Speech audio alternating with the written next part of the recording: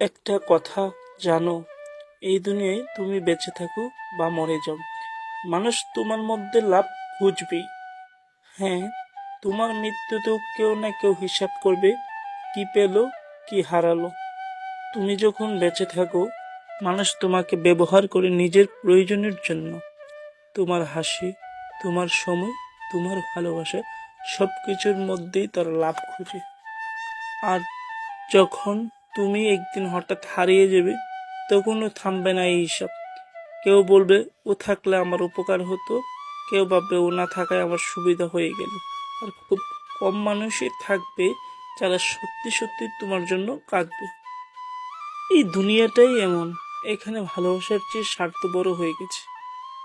তুমি যতই নিজেকে সবকিছু দিয়ে দাও, দিন শেষে মানুষ মনে রাখে তুমি তার জন্য কতটা লাভজনক ছিলে। তাই একটা কথা মনে রেখো, নিজেকে এতটা সস্তা করে দিও না যেন তোমার মৃত্যুতেও মানুষ লাভ খুঁজে পায়।